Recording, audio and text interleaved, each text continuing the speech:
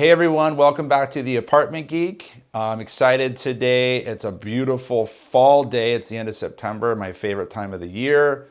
And I always call this locals summer. It's a beautiful time to be a San Diegan. So today we're going to talk about something that I feel like it comes up pretty often, and it's people kind of complaining about how to get in the game. Like, how do you get into the apartment business? And the best metaphor, I love metaphors. Best metaphor I have for becoming an investor and a landlord and growing over time, it's almost like this snowball where you're rolling the snowball down the hill and it kind of grows and grows organically as you keep doing it. So the hardest thing is how to get in the game. And I was at the Alea Marais, I think it's called, hotel in Carlsbad last night for sunset. I started talking to the valet about investing. He asked me what I did for work, and he said, "Oh my gosh, California is so expensive, and how would you ever buy in San Diego, et cetera, et cetera." So my little, I call this kind of a secret that I share with people, and it's the way that I got into the business back in 2007, is, and I want to talk generally today about financing. So the way I got in was through seller financing, and we're going to talk about that for 2-3 minutes here. And we're in this marketplace right now at the end of 2023. We've touched on it the last couple of videos about how it's really hard to buy properties because interest rates have gone up to almost 7% for like conventional apartment building loans. And you need a huge down payment typically to get into them, like 40, 50, 60% on average. So it's very hard to make sense of these apartment buildings with conventional debt. And a lot of the stuff that we're seeing that's actually selling is selling with assumable financing from 2020, 21, 22, where the loans are 3.5%, 4%, much more reasonable. And they allow properties to be sold at cap rates that are 4.5%, 5%, 5.5%, et cetera.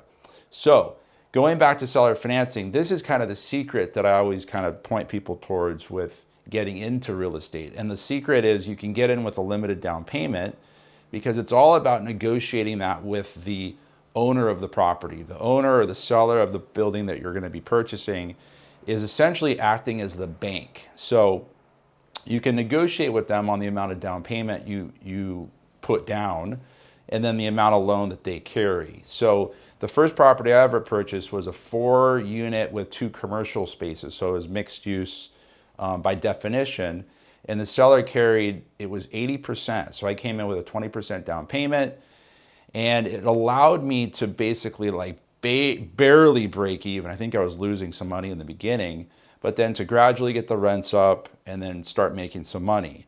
So when I talk to people now, it's very hard to get into the industry. You've got to really search for an offering through brokers or talking to people, whatever, where you can make a deal with an owner who typically owns the property free and clear, so they don't have any loan on it, because essentially whatever you give them as the down payment, they're going to carry back the rest of it. So in a perfect world, they own the property free and clear. But you want to really ask brokers that question, like, will the seller carry the financing?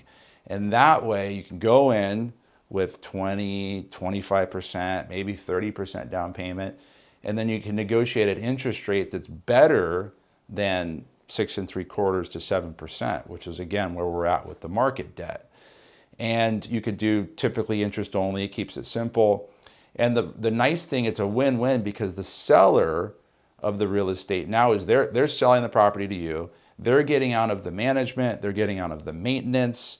We've talked about how much more expensive these properties are to run, how it's frankly more difficult to be a landlord, or I should say the profits are kind of getting squeezed.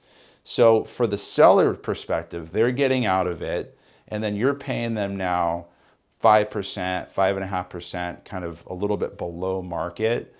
They're now making a nice return on all that principal that they're essentially giving to you on a loan basis. So again, the seller is acting as the bank. You're coming in with a flexible down payment. You're paying them an interest payment every month. And that really is kind of the secret on how to get into the San Diego marketplace.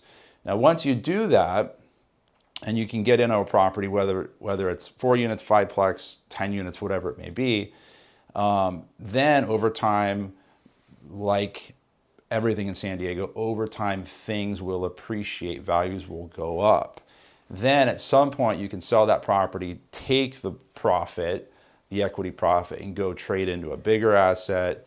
Or if you wait long enough, interest rates may come down. I think they're going to stay kind of where they're at for a fairly long time. I think we're talking about a number of years personally. That's my opinion.